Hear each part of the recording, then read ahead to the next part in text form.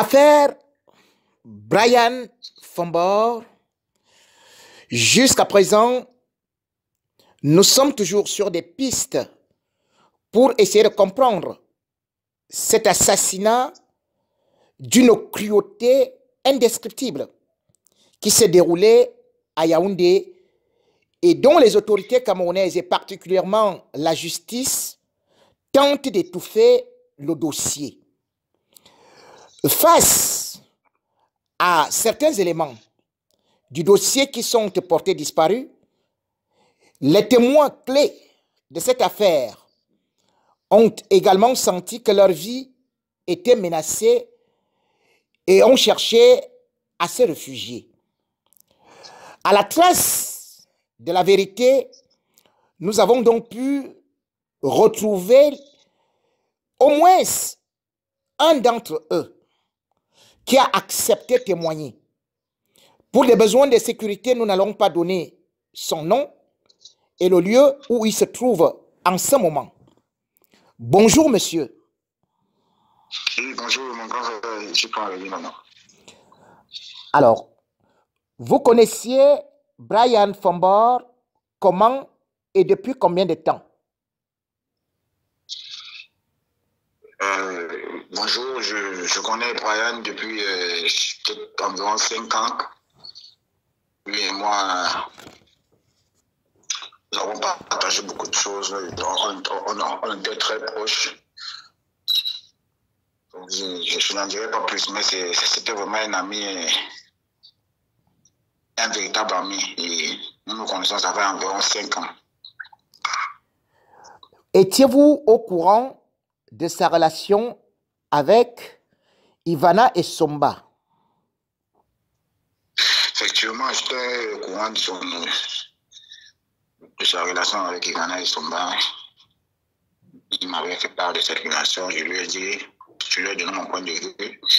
Je lui ai dit, moi, je n'étais pas d'accord avec la relation. Mais bon, vous voyez, c'était un adulte. Et si quelqu'un vous fait part un adulte vous fait part de sa relation avec une femme, c'est lui qui a le dernier. C'est lui qui a le dernier mot. Donc, moi, je lui ai donné mon point de vue. Je ne voyais pas très bien cette relation parce que c'est une femme à qui tout le monde disait qu'elle n'a pas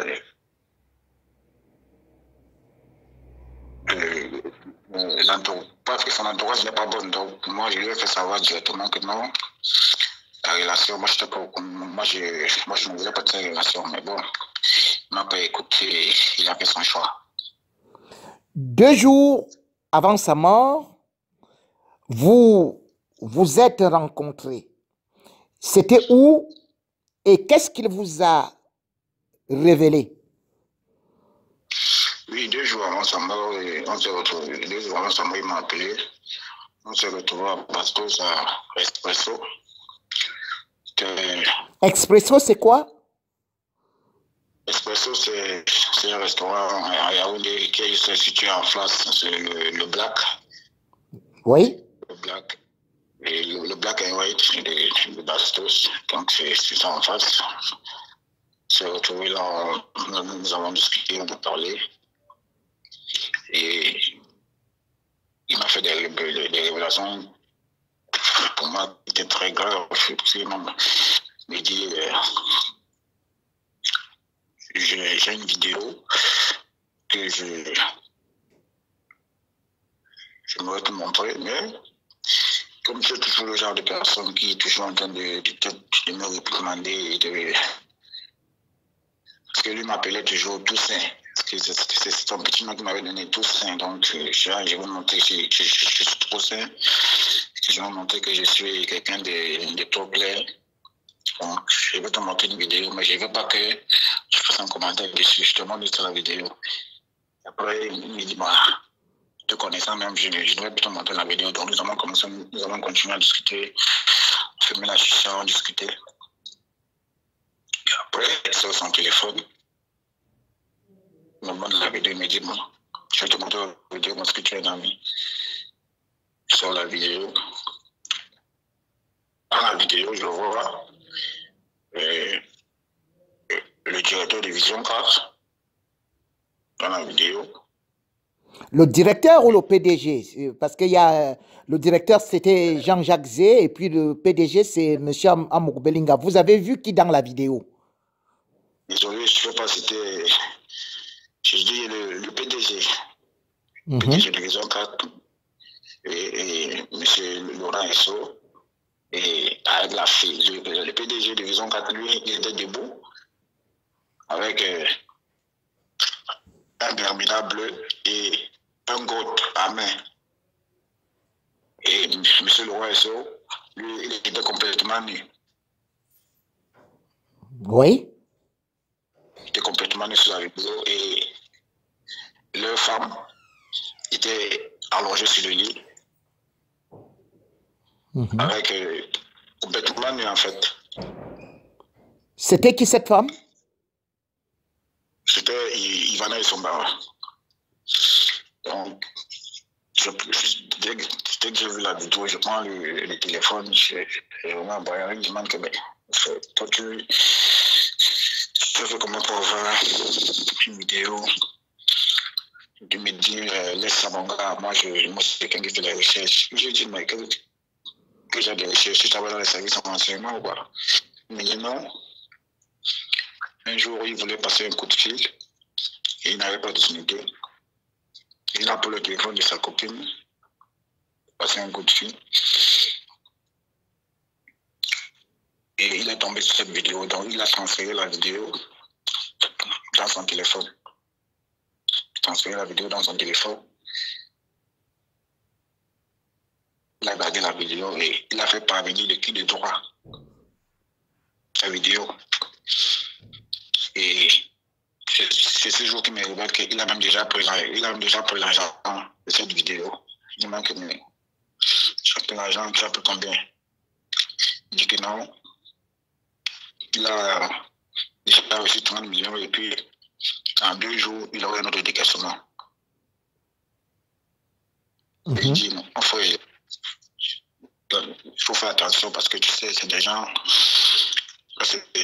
qui sont capables de tout. Il me dit non, t'inquiète, rien ne peut m'arriver, ça va aller. Donc, il met la main dans sa poche, il sort 650 000, il me donne, il me dit bon, je te fais si, quand je fais le prochain décaissement. Il dit ok, tu as mon numéro et puis on reste en contact. J'ai pris mon taxi, je suis rentré chez moi. Dans la vidéo, elle a été tournée où à peu près, qu'est-ce que vous avez remarqué? C'était un hôtel, c'était un bureau, c'était dans un bosquet, c'était où? Bon, dans la vidéo en elle-même, je crois pas que c'était dans un hôtel, je crois bien que c'était dans un appartement meublé où c'est un peu résidence en fait, parce que je crois pas que c'était dans un hôtel, mais je crois que c'était dans un appartement meublé, dans une simple résidence. C'est là où la recherche s'est déroulée la vidéo. Et lorsque vous vous séparez, bien sûr que Brian devrait avoir rendez-vous avec certainement Ivana Esomba. Est-ce qu'il vous en a parlé? Est-ce que vous vous êtes revus? Non, on ne s'est plus revus parce que, comme je vous disais, on s'est vu 2 jours avant la mort. Donc, il me disait qu'il va faire le prochain décaissement dans 2 jours. Je fais le prochain décaissement dans 2 jours. Et quand je fais le décaissement, je t'appelle. On va faire la fête. On va aller aux Twins, à Bastos. Où? Aux Twins? Oui, aux Twins. Il dit, ok, il n'y a pas de souci. Et puis, moi, je t'attends, mon frère. Donc, il n'y a pas de souci. Fais-moi signe quand tu es là. Bref, fais-moi signe quand tu veux, parce qu'il me faisait toujours signe quand il pouvait. Donc, la veille, donc, de son décaissement, il était avec un ami en commun en journée. Et puis, son téléphone a sonné, il parlait avec quelqu'un au téléphone, il s'est levé. Et quand il est revenu s'asseoir, mon ami, l'ami en question lui a posé la question de savoir, tu parles avec qui? Il disait que moi je parle avec Ivana, j'ai un endroit avec elle en soirée, qui n'est pas entré dans les détails. Il a dit qu'il avait rendez-vous avec elle en soirée. Oui. Et il se trouvait où au moment où Ivana l'appelle? Il était à Bastos. À Bastos. Je ne connais pas, je ne maîtrise pas mais il était à Bastos. Et il a demandé l'heure du rendez-vous pour aller récupérer, pour aller faire récupérer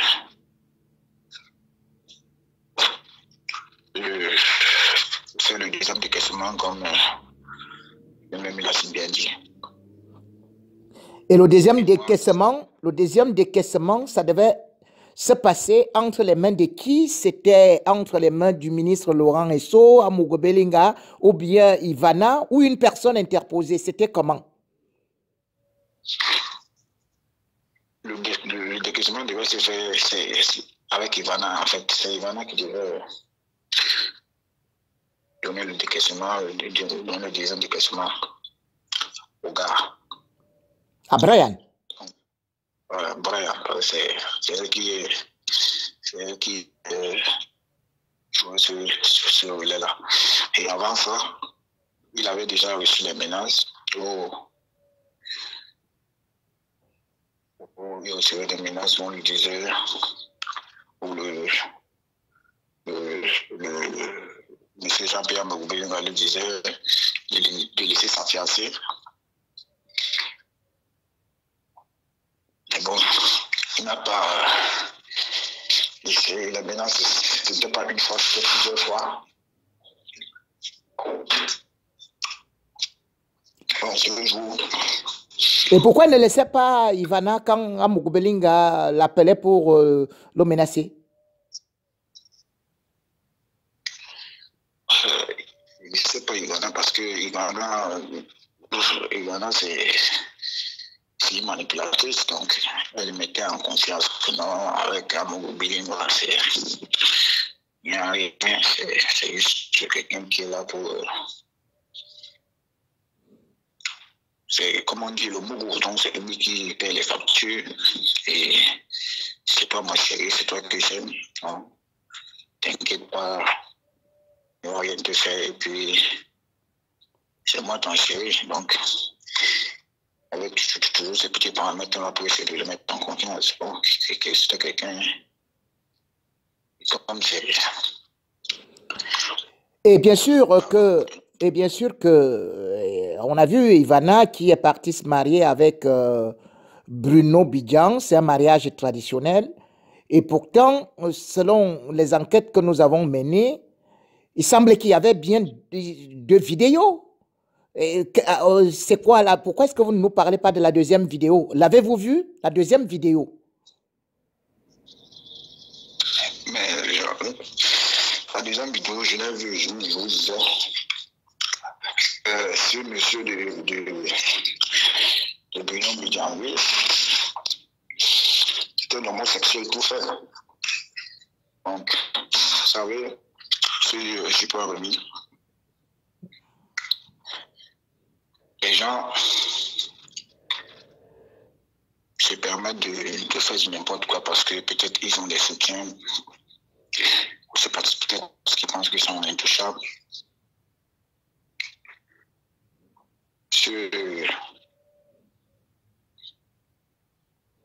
Monsieur de Bruno Bidjan. Bruno Bidjan, il sort d'où? Il sort de nulle part. Et qui le connaît? Personne. Brian, c'était quelqu'un de la jet set. jamais dans une soirée, nous, on a vu ce genre de personnes. C'est Bruno Bidjan. Il n'était pas... Est-ce que quand vous regardez Bruno Bidjan, quand vous le regardez, est-ce qu'il peut faire la cour à Ivana et Somba? C'est le jour et la nuit, il ne peut pas. C'est pas sa catégorie. Quand vous regardez Brian, c'était quelqu'un qui avait du style. C'était un bel homme. Brian, c'était quelqu'un qui avait les mesures d'accompagnement, comme on dit. C'était quelqu'un de populaire. Quand je dis populaire, c'est bon, peut-être pas comme vous, peut-être vous êtes journaliste, mais bref, dans le milieu de la jet set. Donc,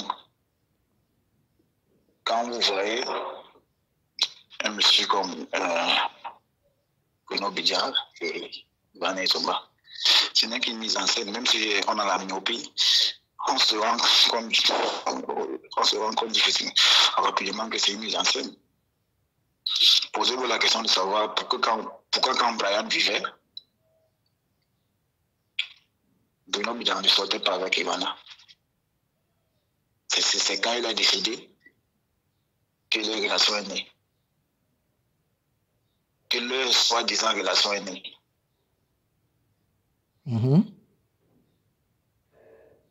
Oui, parce que lorsqu'on veut épouser une femme, on n'épouse pas une femme à la hâte. Je me dis que si il a épousé la fille, ça veut dire que non, il a quand même fait un certain nombre de temps avec la fille. Oui. Donc c'est que Bidjan nous dit que non, pendant que Brian sortait avec Ivana, Ngobeling a sorti avec Ivana, et lui également sortait avec Ivana. C'est ce qui veut nous faire comprendre. C'est un peu de tirer, de rapprocher ces liens. Ça n'existe pas, c'est faux. Et quand Brian vivait, ce gars, peut-être, il causait avec Ivana, comme c'est des gens qui ont fait vision 4 ensemble. De bonjour, des collègues. Et jamais il n'avait eu une relation. Parce que cette fille-là que vous voyez, si on donnait les doctorats ou les disques d'or des femmes matérialistes, c'est que c'est elle qui a tous, bref, c'est qu'elle a déjà raflé tous ces titres-là.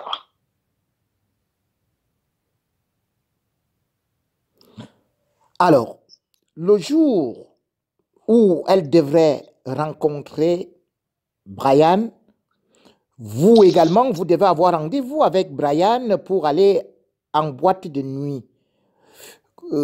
Est-ce que vous pouvez nous dire exactement à quel moment vous avez eu Brian, où vous l'avez vu, et quelle a été votre dernière conversation?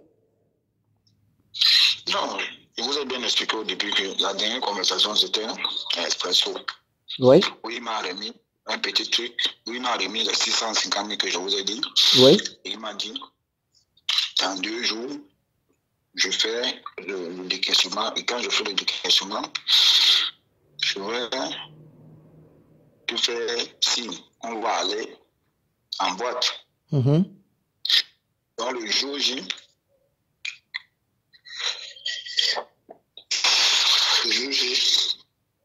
quoi, vers 10 heures aussi, il m'a appelé. Il m'a dit c'est le jour J aujourd'hui. Donc, c'est moi qui lui dis c'est le jour J aujourd'hui. Il m'a dit oh, je te fais signe après. Donc, moi, je suis dans mon coin parce que je sais que je vais aller en boîte. Je vois 23 heures sonner.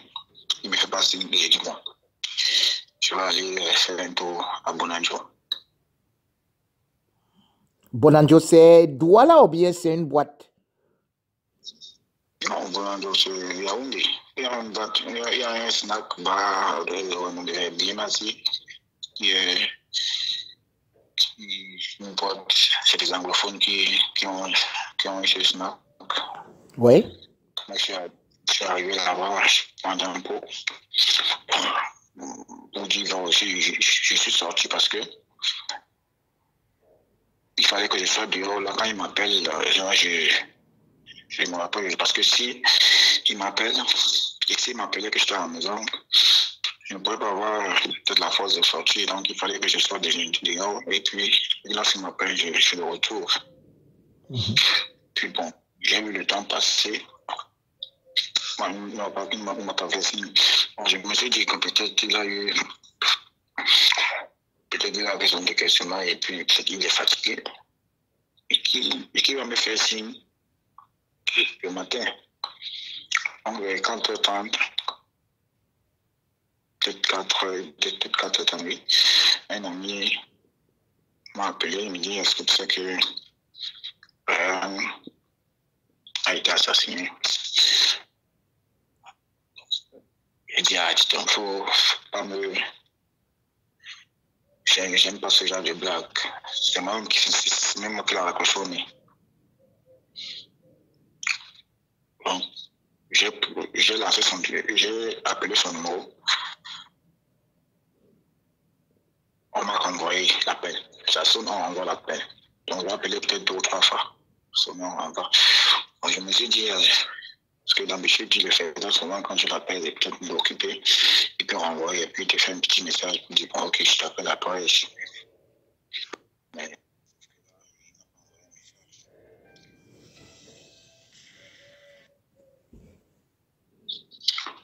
c'est les 10h, je suis allé dormir. Vous savez, si vous rentrez peut-être à 5h, 6h, pour dormir, le temps de me réveiller, c'est quand je me réveille, c'est peut-être 10h, 11h, que je reçois des messages.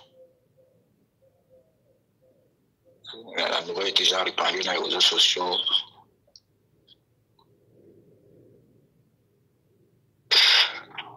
Non, on ne pouvait rien faire. Donc, j'ai appelé un ami et je lui ai dit, ah, ça c'est rien, moi j'ai confiance à la police camerounaise. D'ici 2 ou 3 jours, on aura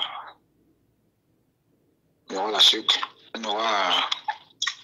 saura qui a posé cet acte.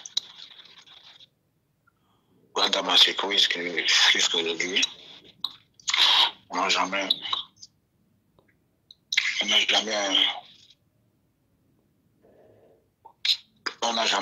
pu mettre la main sur le coupable. Et j'ai eu une vidéo qui m'a choqué, une vidéo de Ivana. Oh. J'ai fait une vidéo. Oui. Avec elle est détressée, elle n'a pas de problème. Pas de yeux rouges. Elle n'est pas dérangée. Elle se soucie plutôt de ses ombres.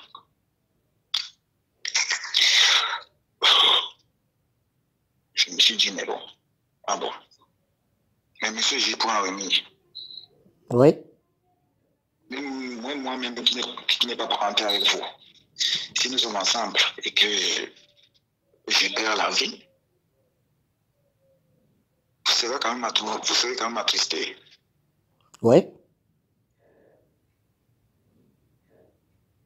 Il dit, même si nous n'avons rien à faire ensemble, que nous sommes juste les simples amis peut-être de boisson, vous serez quand même attristé, vous direz, ah, j'ai perdu un petit frère, j'ai perdu un ami.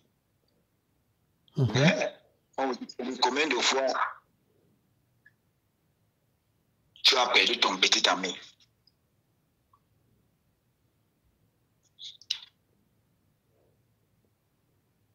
Donc, le gars a été assassiné. Elle a fait la vidéo pour narguer les gens, pour narguer les Camerounais.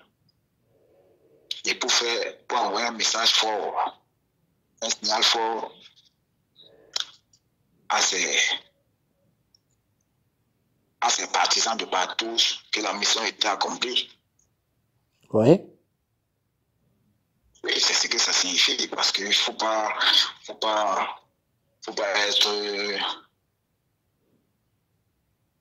être un professeur en criminologie pour le savoir. Donc, du coup, on assassine Brian. Et écoutez l'histoire. Oui. Ils disent que Brian a renversé une moto. Et c'est les Bensikineurs qui se sont mis à le suivre. Vous êtes journaliste, renseignez-vous. Toutes les gens, toutes les personnes qui font la jet set, tous les Bensikineurs de la nuit, que ce soit les gars de Yam Chakal, Avenue Kennedy, La Poste, c'est des gars qui connaissent tous ces gens-là. Oui. Je dis bien, quand il dit connaître, c'est connaître dans tout son sens. Ça veut dire que c'est Brian, déjà, c'était quelqu'un de trop large, qui faisait toujours les petits mains levées à tous ces gens-là. Et si, le connaissant, s'il avait renversé vraiment un Bensikineur, il devait s'arrêter et essayer avec le Bensikineur. Vous savez comment ça se passe? Ça se passe comment? Quand vous renversez, vous savez comment ça se passe, que quand vous renversez un Bensikineur, vous vous arrêtez, vous dites, mon frère, comment dès que tu lui donnes quelque chose, le gars te laisse. Oui. Mais on nous fait comprendre que non, quelqu'un à qui tous les Bensikineurs connaissaient, c'est lui qui a renversé le Bensikineur. Et c'est les Bensikineurs qui l'ont suivi, soi-disant, et c'est les Bensikineurs qui l'ont poignardé. C'est quel genre de Bensikineur que la police camerounaise ne peut pas arrêter? C'est quel genre de crime où on ne peut pas mettre la main sur les commanditaires? Ça n'a pas de sens. Et comment se peut-il que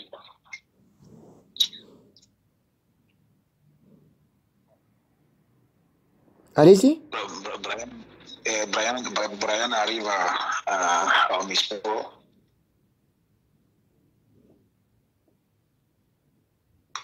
Lui, il est poignardé, comme ils disent, avec des Bensikineurs, comme ils ont dit. Et la fille, elle n'a rien. Même son téléphone n'est pas arraché. Vous savez combien coûte un téléphone? Un iPhone. Mm-hmm. Vous pensez qu'un agresseur peut arriver, s'il est venu pour une agression, je prends le cas d'une agression, il voit un iPhone. Mm-hmm. Son iPhone là qui coûte environ 1 million, il peut laisser ce iPhone? Difficile. Il ne peut pas laisser ce iPhone.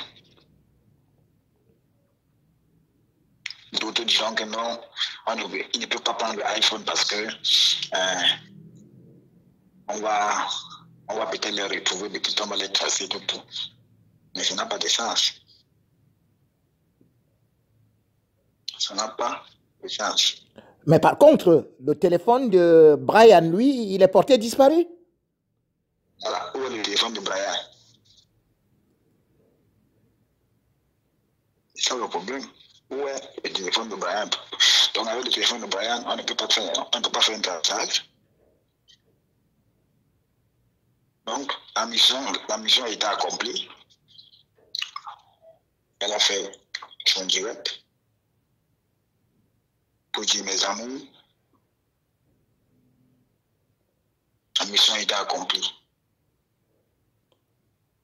Est-ce que vous avez essayé de joindre Brian par son téléphone, néanmoins, quand vous avez appris qu'il est décédé, qu'il a été assassiné? Et mais je vous ai dit, quand j'étais à 4 heures, quand j'étais 4 ou 5 heures, quand j'étais à Bonanjo, que j'ai reçu la nouvelle, j'ai essayé à l'instant d'appeler. Ce numéro était encore, ça passait encore, mais le téléphone, on a envoyé l'appel. Oui. C'est même ça qui m'a fait. Je n'ai pas cru à l'appel que j'ai reçu. Qui a annoncé sa mort. J'ai dit, mais j'ai décidé que son téléphone passe son appel. Il envoie l'appel. Généralement, lorsqu'une personne décède et que son téléphone est là, lorsqu'on appelle, c'est un membre de la famille qui décroche. Ou sa femme, ou son frère, pour vous dire que non, vraiment, vous voyez, telle personne n'est plus vivante. Là, ce n'était pas le cas. Peut-être après, ils ont retrouvé le téléphone. Mais moi, à ma connaissance même, peut-être, disons, peut-être. Bon, je veux bien croire, parce que moi, quand je pense, je veux bien croire que c'est peut-être quand la famille est arrivée, que c'est la famille qui avait pris le téléphone et que c'est la famille qui envoyait les appels. Moi, je veux bien le croire. Mais si c'est la famille, est-ce que c'est la famille donc qui a pris le numéro des dernières personnes qui l'ont appelé pour essayer de les menacer? Je ne pense pas. Les personnes ont été menacées avec le téléphone de Brian? Non, puisqu'ils ont fait comment pour avoir nos numéros. Est-ce qu'on vous a appelé? Est-ce qu'on vous a rappelé par le téléphone de Brian ou bien un autre numéro? C'était des numéros anonymes, des numéros masqués. Moi, je parle de moi, je ne sais pas si on a appelé d'autres. Mais on m'a appelé pour me menacer. Personne t'appelle et puis il bavarde. Quand tu raccroches, je t'envoie un message. Il faut faire attention du tout. Donc, bon. Je ne pense pas que c'est la famille la famille ne pourrait pas fonctionner. La famille a quel intérêt à menacer les amis? Aucun. Si le téléphone, moi c'est ce que je me dis, hein. C'est pas, peut-être je peux me tromper, et je me dis que si la famille, si ce téléphone est entre la main de la famille, peut-être, ou il y a une autre, option. Pour l'instant, selon les investigations que j'ai menées, la famille n'a pas le téléphone. Je peux vous le garantir parce que j'ai enquêté et auprès de la famille, auprès des enquêteurs, le téléphone de Brian est toujours porté disparu. Cependant, je suis tombé sur une autre information, à savoir que non seulement vous avez reçu des menaces, mais aussi celui qui était un autre ami de Brian, qui était avec lui à Bastos, aura aussi reçu des menaces concernant ce décès. Alors, est-ce que vous êtes en contact avec lui? Est-ce qu'il vous a parlé qu'il a dû subir certaines menaces venant des inconnus? Et à quoi consistaient ces menaces? Il a reçu des appels de menaces. Appels de menaces où on disait faut faire attention. Je parle de l'autre ami. Je parle de l'autre ami de Brian. Vous étiez deux. Oui, le deuxième ami. Je veux savoir la situation du deuxième ami, les menaces qu'il a reçues, s'il vous en a parlé. Oui, il m'a dit qu'il a reçu des appels 2 fois. Mais je vous ai dit tout à l'heure que lui, il a cette chance-là d'être quelqu'un qui a un parent bien placé. Donc, là, c'était au début là, il n'était même pas encore, je crois, il n'était même pas encore enterré. C'est là où il avait reçu ses menaces. Même depuis lors, ils m'ont parlé, puis moi, il m'a plus jamais parlé de ça, donc je me dis que je n'ai plus menacé. Donc, il était menacé au début et il n'est plus menacé actuellement. C'est ce que je me dis parce que quand je parle avec lui, il m'a pu, je parle de ça. Il m'a pu dire qu'il a suivi des menaces ou qu'il a un autre problème. Donc, quand je l'appelle, on s'appelle, il me dit tout va bien. Bref. Avez-vous vu la deuxième vidéo? Parce que nous n'en avons pas parlé. Vous ne nous avez pas donné des précisions sur ça. Vous nous avez parlé de la première vidéo qui concernerait le ministre de la Justice avec le PDG de Vision 4. Alors, et puis Ivana Essomba. Est-ce que vous aviez cette autre deuxième vidéo dont on parle et qui se trouve dans cette vidéo? Et la deuxième vidéo, c'est une vidéo de Bruno, comment je peux l'appeler, fiancé, mari, soi-disant mari de Ivana, avec son PDG. Quoi? Comme je vous ai... Quoi? Attendez. Dans la deuxième vidéo, vous avez vu Bruno Bidjan avec Amouk Belinga. Oui, mais Jean-Pierre Amouk Belinga a 2 épouses. Il a Bruno Bidjan. Non, il a 4 épouses. Il a la magistrate. Il a, comment ça s'appelle? Il a une, j'ai oublié le nom. Il a Ivana Essomba, il a Bruno Bidjan. Ça, c'est connu de tous. Donc, c'est une vidéo où il a un peu englobé avec son maman, Bruno Bidjan. Je vous ai dit que je vais appeler mon ami en question qui va m'envoyer, je vais faire tout pour qu'il m'envoie cette vidéo, puis je vais vous faire parvenir la vidéo parce que ça ne sert à rien. Parce que lorsqu'on parle comme ça, toujours les sorciers qui viendront dire que non, c'est de la diffamation, non, ils sont jaloux de telle personne, ils sont jaloux de lui. Mais être jaloux d'une personne, est-ce que c'est pas lui, c'est M. Gipron, c'est pas lui, c'est pas ce monsieur qui paye vos factures. C'est pas ce monsieur qui paye mes factures à moi. Donc, on ne peut pas être jaloux de lui. Est-ce que vous avez déjà eu Ivana Essomba au téléphone? Est-ce qu'elle vous connaît personnellement? Est-ce que vous avez mangé ensemble? Ou est-ce que vous avez été dans des fêtes ensemble avec bien sûr Brian? Oui, les fêtes, oui. C'est pas mon ami. Comme je vous ai dit tout à l'heure, c'est pas mon ami. Moi, je vous ai dit tout à l'heure que les fêtes ne m'inspirent pas. Et je ne vais savoir, Brian, il y a plusieurs personnes qui sont de la jet set qui ont dit à Brian et cette fille. Mais comme c'est, vous savez, elle est quand même bling bling, comment on dit? Bling bling, ça veut dire qu'elle brille. Et dans la jet set, on a besoin de... Lorsque un gars comme Brian, qui était un maillon fort de la jet set, lorsqu'il a une fille comme ça, ça donne encore plus de poids, quoi. Parce que non, c'est une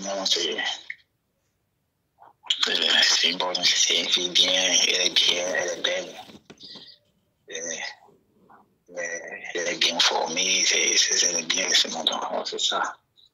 Donc, pour lui, c'est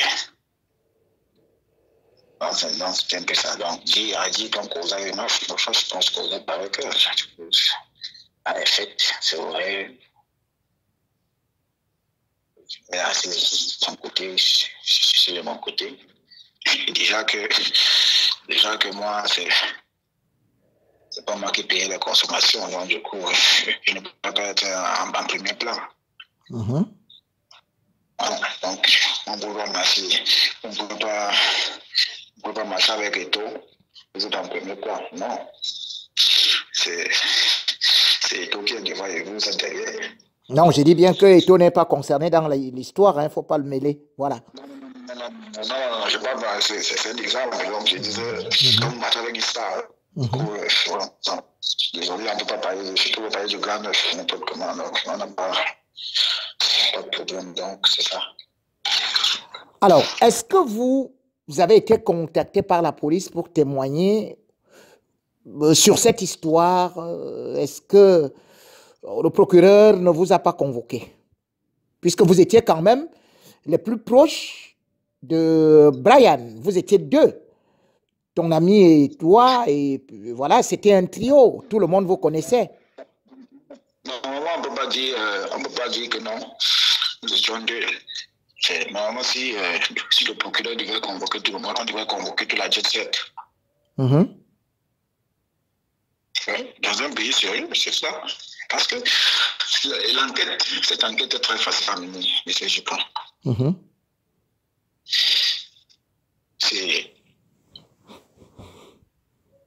Je vous prends un exemple. Si on vous dit que quelqu'un fait le bain skin à Mokolo, Ouais. vous savez que à Mokolo, il y a un endroit où les basculeurs stationnent. Ouais. Donc, si l'un d'eux est recherché, la police va faire recours à ses confrères Oui. qui sont pour mettre la main sur lui. Mhm. Mais Brian était de la jet set. La jet set de Yaoundé est connue. Est connue. Ce n'est pas quelque chose de. C'est pas. Ils ne font pas des soirées dans la planète Mars. Ils font des soirées à Yaoundé. Mhm. C'est là où ils font leurs soirées. Donc, c'est très facile. Mais comme moi je comprends la police, quelqu'un ne peut pas essayer de. Quelqu'un ne peut pas laisser son galon, quelqu'un va perdre son galon pour une enquête qui ne va pas aboutir. Mais comme je vous ai dit au début que la majorité, la plupart des personnes qui sont dans l'enquête, c'est des gens, c'est des enfants des personnes de bonne famille, donc c'est des enfants de ce clan de personnes en fait. Mhm. Donc vous pensez que un monsieur champion Amorbi peut attaquer le fils d'Atangandji? Non. Vous pensez qu'il peut attaquer le fils peut-être du ministre des Finances? Non. Vous pensez qu'il peut attaquer le fils peut-être du DCCO, peut-être le fils d'un autre ministre? Non, il ne peut pas. Mais si la jet set était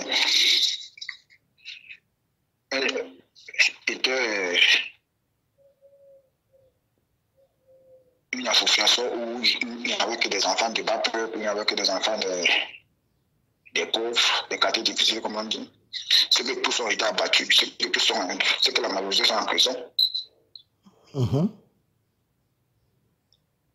Ouais, c'est que la majorité de ces gens-là sont en prison. Parce qu'ils savent que non, si on t'arrête, qui va plaider pour toi? Personne. Qui va plaider pour toi? Personne ne peut plaider pour toi.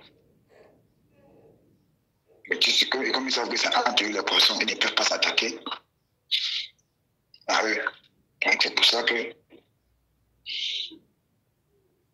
personne n'a été arrêté, personne n'a été inquiété. Que l'enquête est finie comme ça.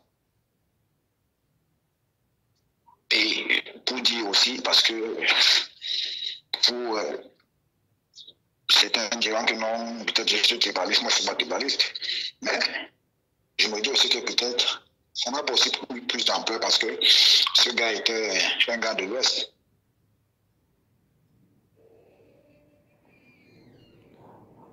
Alors, Alors, oui, je vois ce côté-là, mais néanmoins, vous citez Amouk Belinga et le ministre Laurent Esso qui sont concernés dans la vidéo. Laurent Esso n'est pas du centre, du sud, il est du littoral. Alors, dans la vidéo, justement, où vous voyez Laurent Esso et Amouk Belinga, la vidéo qui est tournée, où vous dites qu'ils sont pratiquement en tenue d'Adam et d'Ève, est-ce que vous pouvez nous dire les rôles que chacun tient? Les rôles que chacun tient dans la vidéo? Oui. Ben, je vous ai dit que le boss de Vision Kabul avait un code dans les pédiatres qui sont la main. Oui.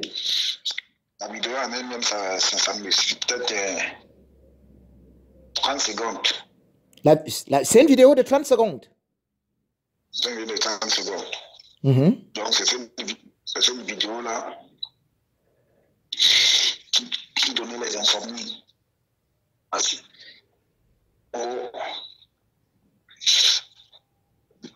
au président directeur général de Vision 4.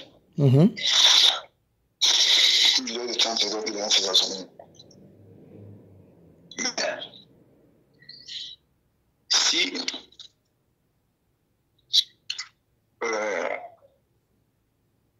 c'est pour ça qu'ils étaient obligés de passer par l'Ivoire parce qu'ils savaient que non, ils ne pouvaient pas atteindre Brian comme ça.